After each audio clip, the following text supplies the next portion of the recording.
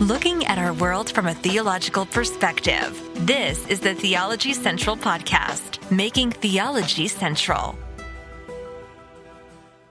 Good evening, everyone. It is Monday, October the 23rd, 2023. It is currently 6:28 p.m. Central Time, and I'm coming to you live from the Theology Central studio located right here in Abilene, Texas. Now, at 5 a.m. this morning, I received the following. All right, are you ready? Here is the title. The Evangelicals calling for war on poor people. The Evangelicals calling for war on poor people. And I'm like, whoa, wait. What did I miss?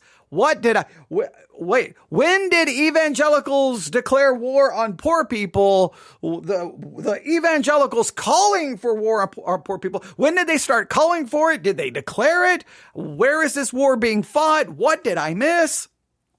I try to get a couple of hours of sleep, and the next thing you know, I wake up in a war, and I'm like, what is going on? I'm not aware of this. So I have not read this. I know it's an article from the New Republic. I know it was published early this morning.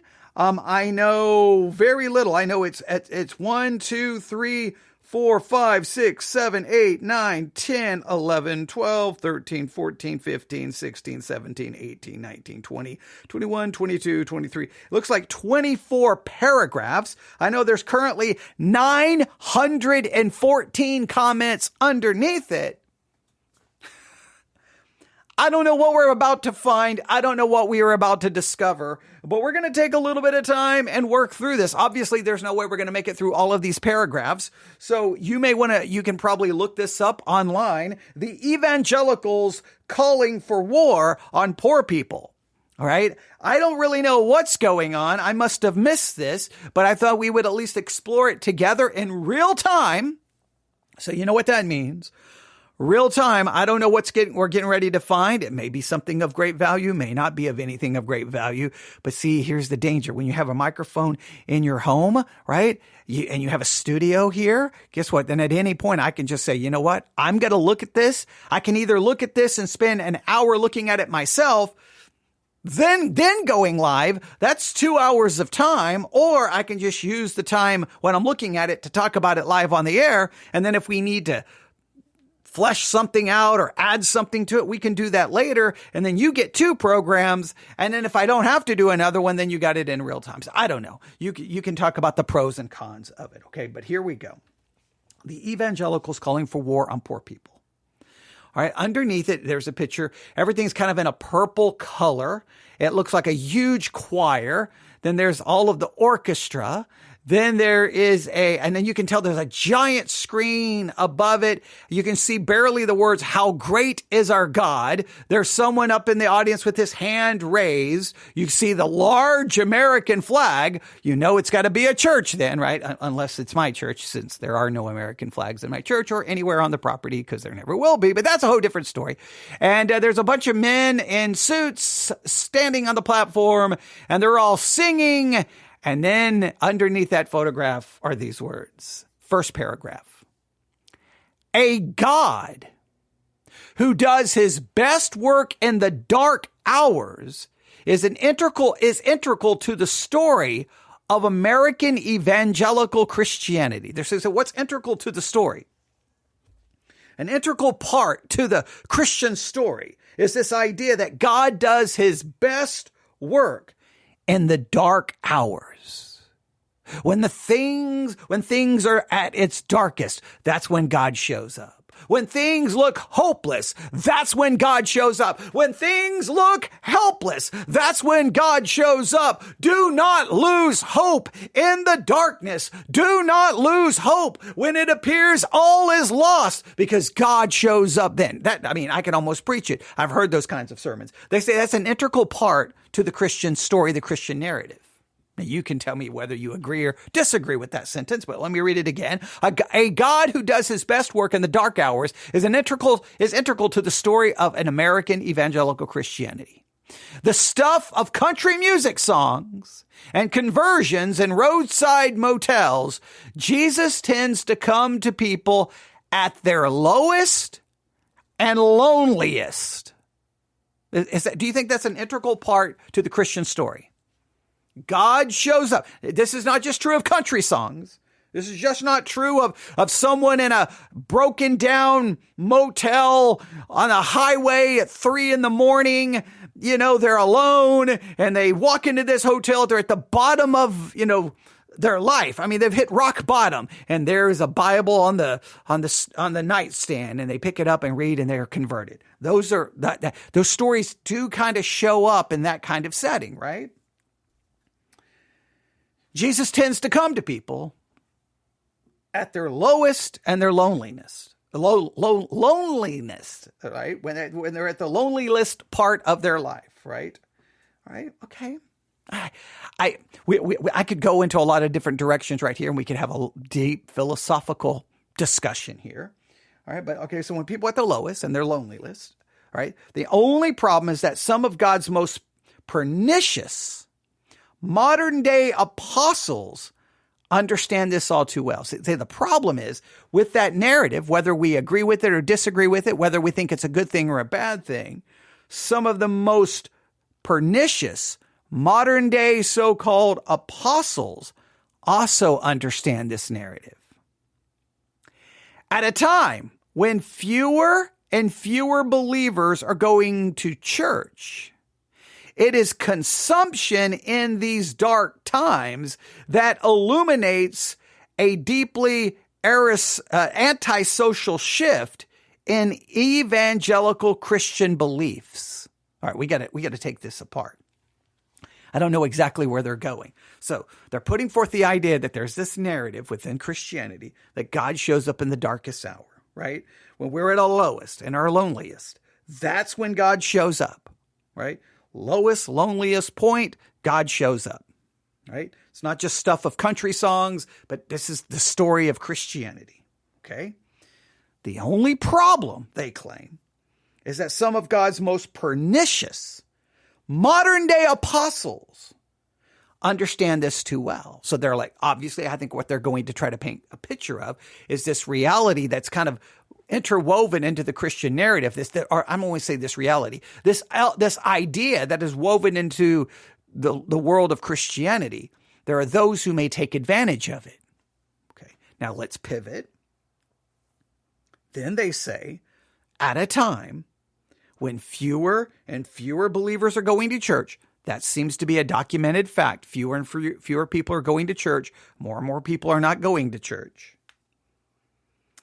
It is consumption, that's their word, it is consumption in these dark times that illuminates a deeply antisocial shift in evangelical Christian beliefs. They're saying something is happening right now that is leading to an antisocial shift in evangelical Christian beliefs. Now, I love listening and reading things that kind of tell me where Christianity is going. I don't know if I've ever written down in any notebook, any journal, that Christianity has taken an antisocial shift. I have never written those words. I don't think I've ever read those words.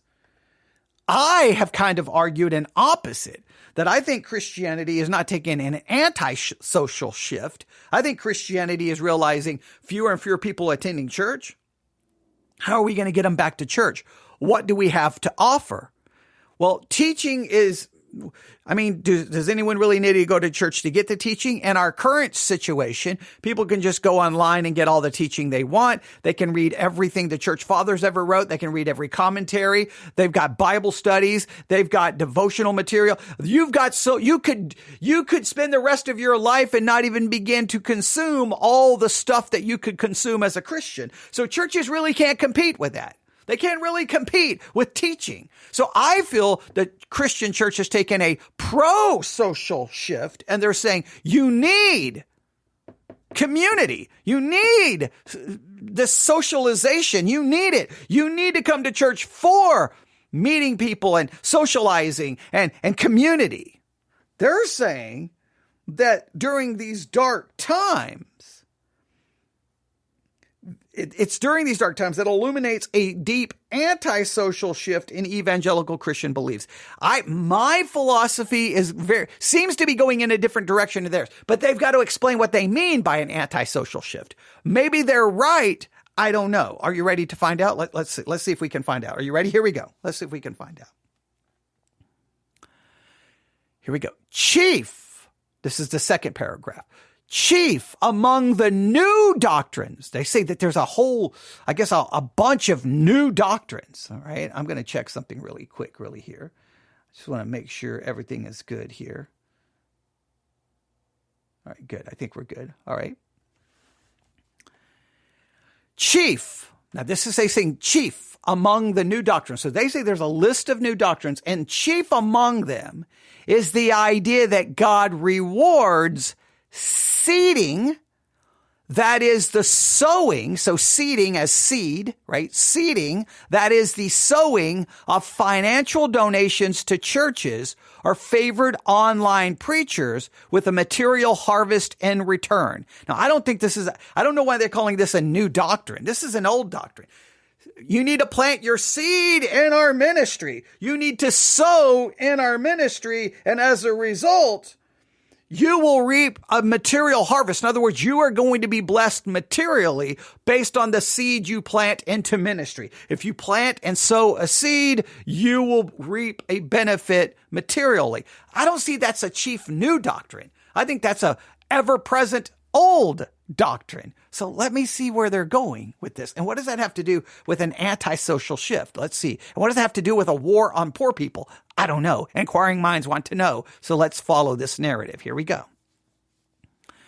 The prosperity gospel might sound as old-fashioned and feel as familiar as a preacher in a three-piece suit, but a new and cynical version is making comeback across ministries both old and new among people who go to church and those who get their faith online. Oh, wait, now they're saying something is happening. So we have this old doctrine where God rewards seeding or sowing financial donations into a church with a material harvest in return. That's kind of a prosperity gospel. It's old-fashioned. It sounds familiar. It says, however, there is a new, cynical version that is making a comeback across ministries, both online and in person. Now, I was not aware of this. I did not know this was happening. So I'm call me skeptical big time right now, but I'm willing to see where they're going to go. Let's go down to the third paragraph. A recent survey by Lifeway Research found that 52% of American church-going Protestants say their church teaches God will bless them if they give more money to their church and charities. This figure is up from 38% of churchgoers in 2017. It's an almighty leap, according to Lifeway's executive director, Scott McConnell, who attributes the shift to the pandemic. Now, that's interesting. 2017, only 38% of churchgoers say that their church taught them that God would bless them, obviously financially, if they were to give more money to their church. And 2023, it's now jumped to 52%.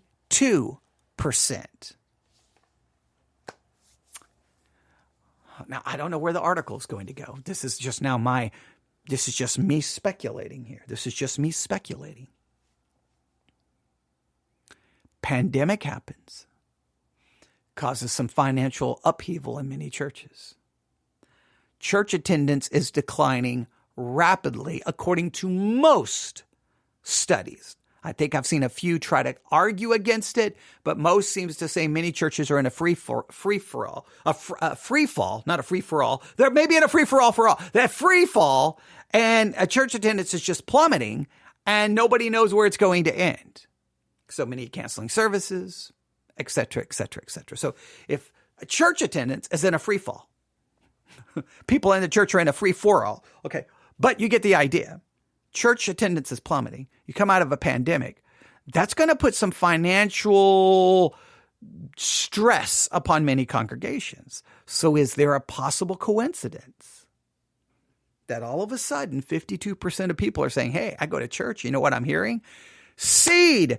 Plant your seed in this church. Sow your seed in this church, and God will bless you materially. Is it possible churches have brought this back to try to make up for the free fall of church attendance? Fewer people, you got to get some people giving some more money to make up for it. Now, even the people who did the study said that this, in their words, it's an almighty leap.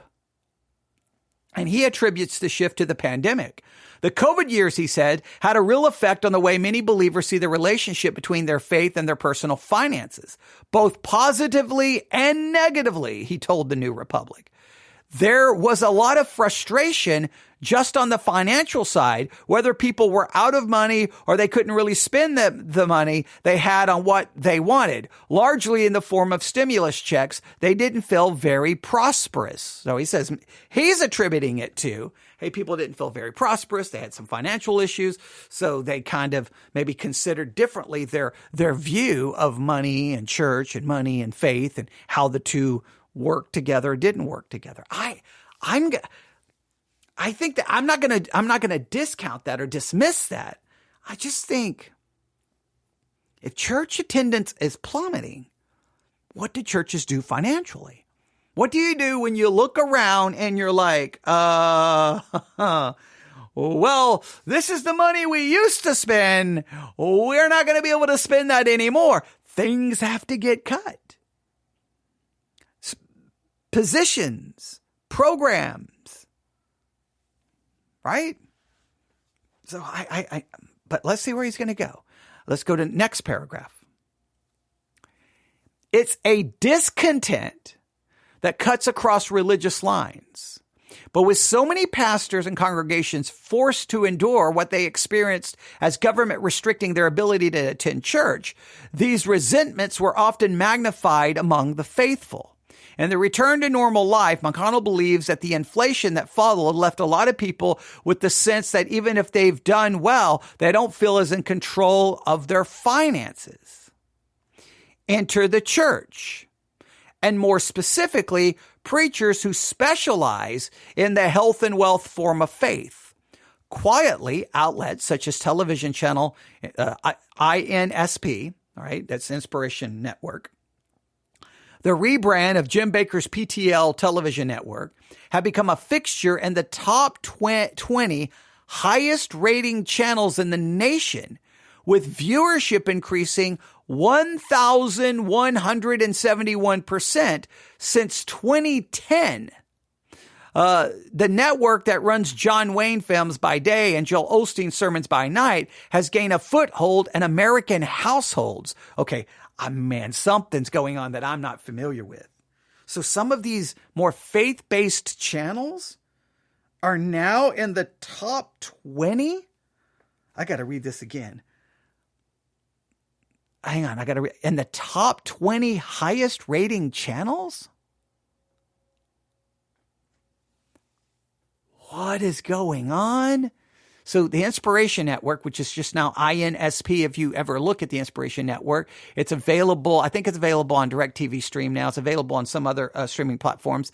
And it is more like, it's a lot of just Bonanza, Gunsmoke, a lot of John Wayne, a lot of Westerns. Now the rebrand of Jim Bakker's PTL television network, I don't know what is it just called PTL now? These channels have become the 20th in the top 20 highest rating channels in the nation, with viewership increasing 1,171% since 2010. The network that runs John Wayne films by day and Joel Osteen sermons by night has gained a foothold in American households. Prosperity gospel preachers no longer need to ply their trade on minor Christian broadcasting networks. They can speak to people on mainstream channels at all hours. For those without cable, Inspiration TV, the INSP's online arm, broadcasts the prosperity gospel message around the clock. Osteen and his cohorts might have captured an older television audience, but there's a whole new breed of prosperity preachers who specialize in the motivational Christianity that is made for online spaces.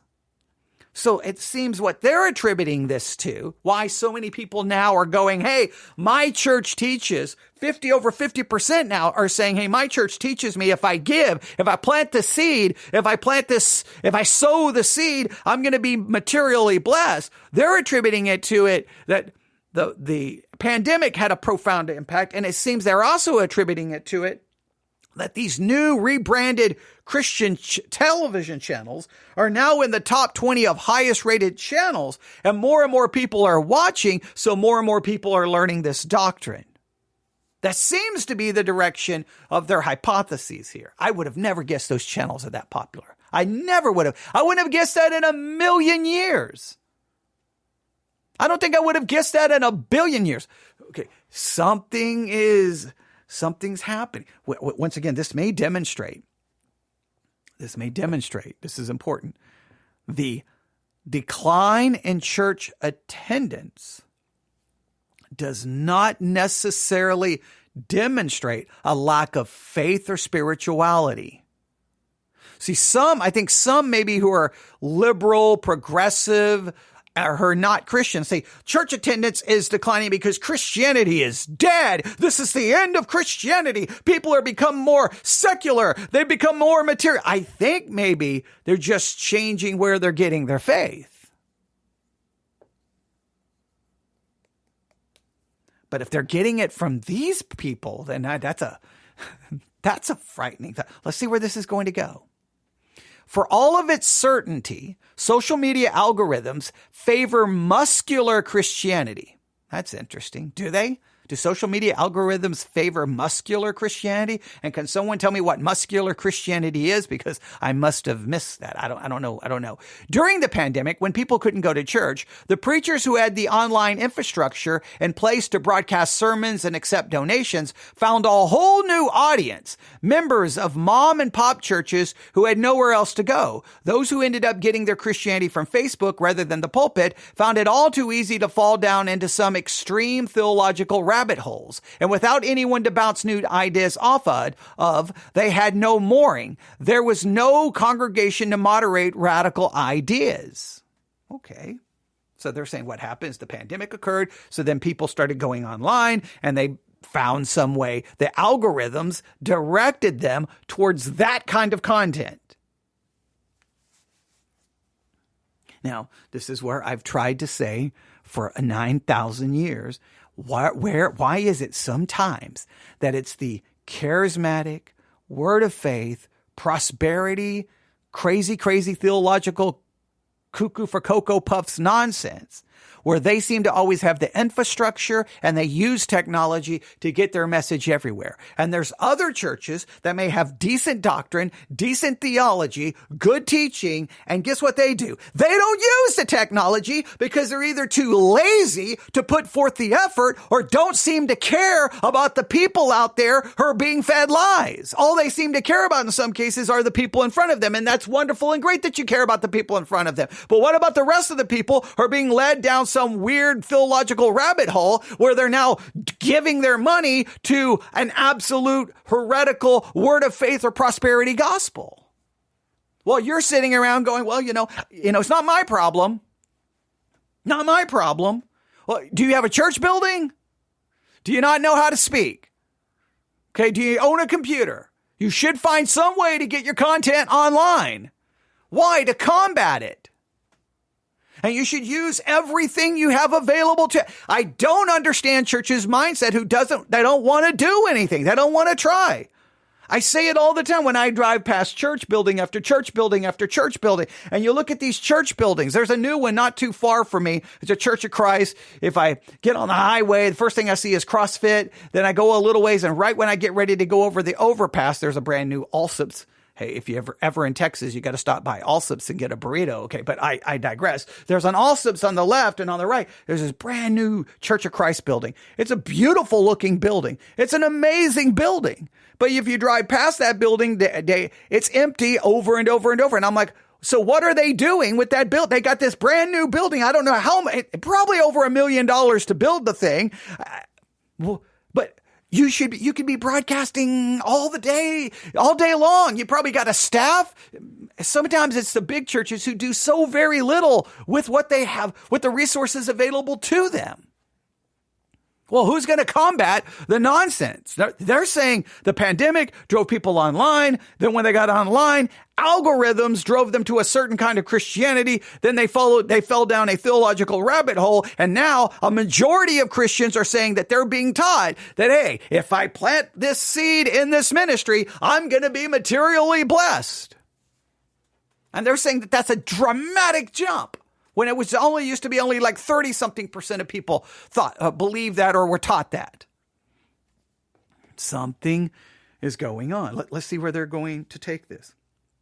And maybe this is what they mean by an antisocial shift. Maybe what they're saying is that within Christianity, there's an antisocial shift because more and more Christians are not attending church. They are relying on online ministries. So there's an antisocial aspect. I think then the physical church is turning to a more social-minded philosophy because they're like, it's the social element that we're going to market, and the online ministries don't need to market the social aspect. They market the teaching aspect and putting forth their theological ideas. All right, here we go.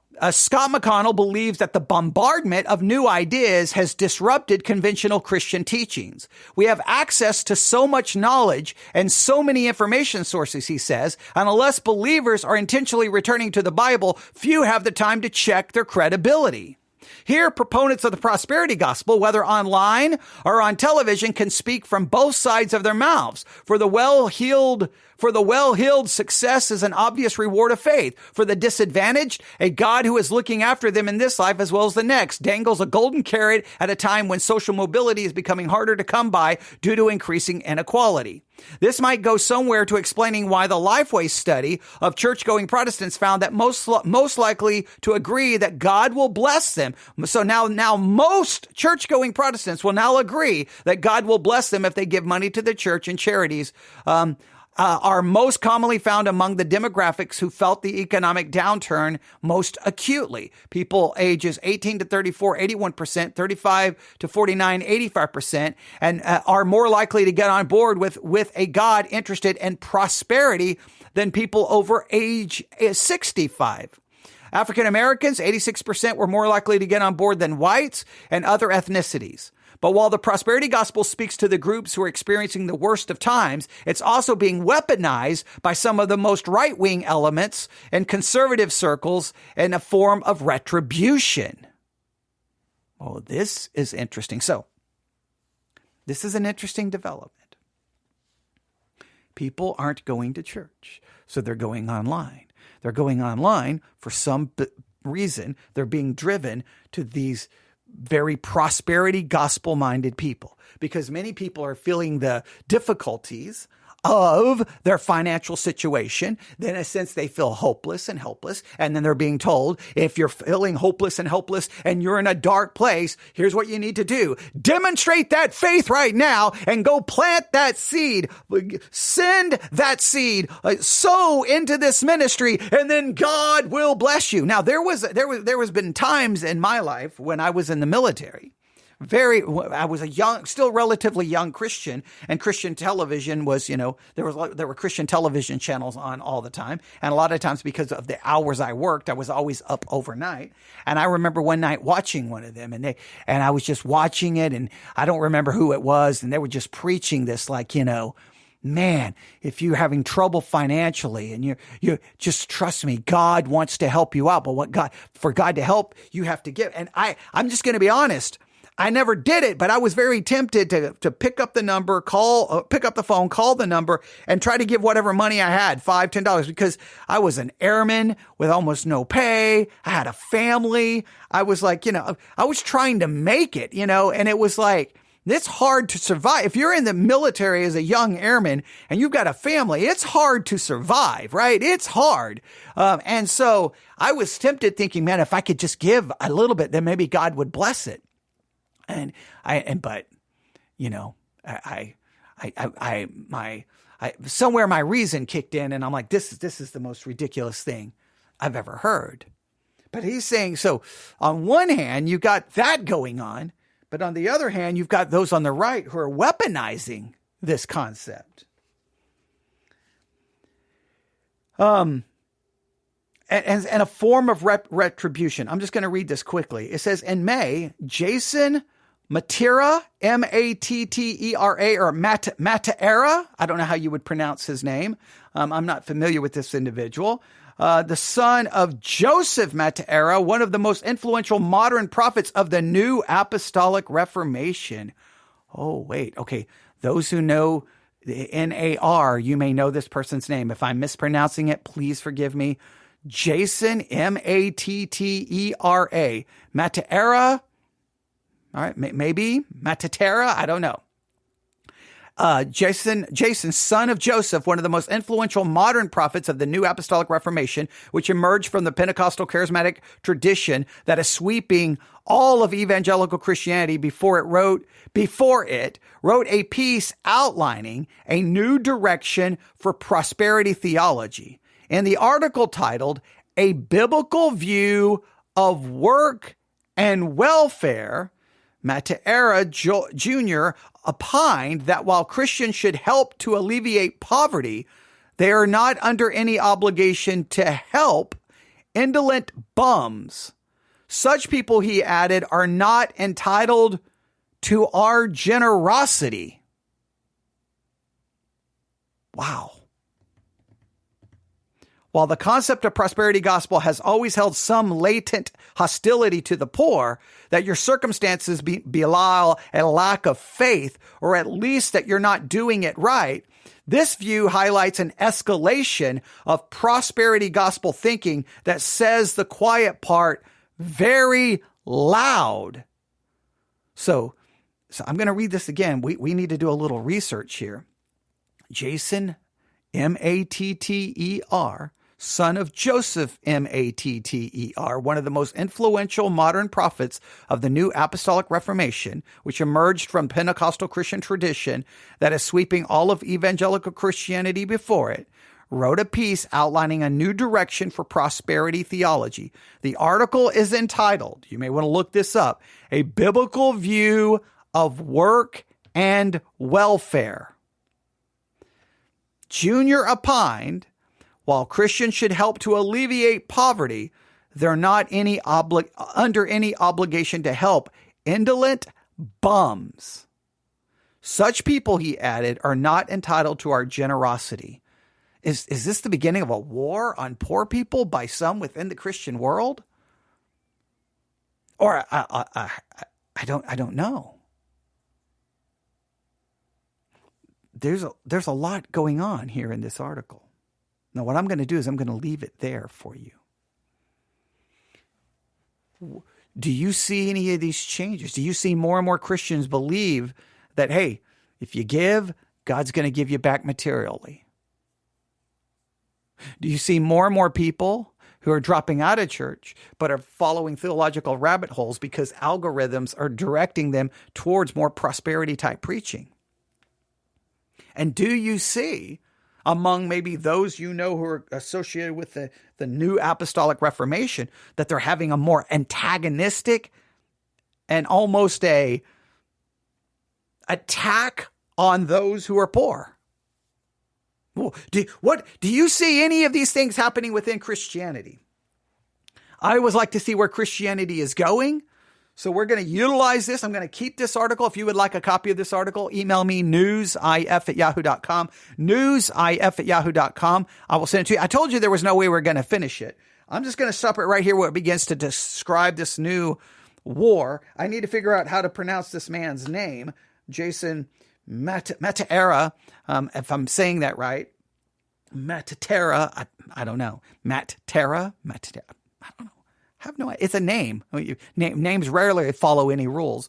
But And I apologize. One of those things I don't spend a lot of my life doing is trying to keep up with the New Apostolic Reformation, just because the teaching is so abhorrent that it's like, well, you need to keep up with it to speak against it. How many different ways do you need to speak against it? The whole thing is corrupt, and it all flows from charismatic theology, which is corrupt. So to me, any charismatic theology is the source. It's the cancer. Anything that flows from charismatic theology by default is corrupt and is flawed. So, yeah.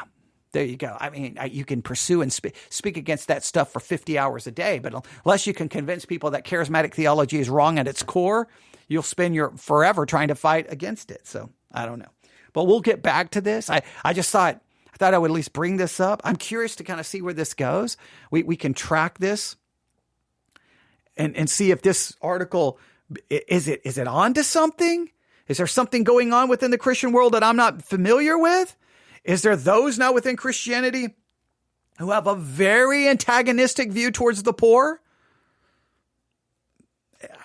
Is prosperity preaching now about to make a massive comeback? I don't know. Something is going on. At least they think something is going on. So we'll explore this maybe more. I don't know if we'll get to it tonight, but we'll make a priority this week to get to this and do a little bit more work on what I did earlier today in regards to news and some of those things as well. So, all right. I know we're supposed to be doing a pop quiz, but it's a pop quiz. So one will show up soon. And I have a strong feeling that the next Bible pop quiz will be in Ezekiel. So just keep that in mind. All right. Thanks for listening. Email me your thoughts on what we have covered. newsif@yahoo.com. newsif@yahoo.com. We will look into this more. The name of the article that we were reading from is The Evangelicals Calling for War on Poor People. We just scratched the surface. More to come. Do we say this is a developing story? I don't know if it's a developing story, but it's an interesting story where I kind of want to see exactly where they seem to be pointing that Christianity is going, consider their hypotheses, and see if we think it's going that way or not. You tell me what you think. newsif@yahoo.com. Thanks for listening. Everyone have a great evening. God bless.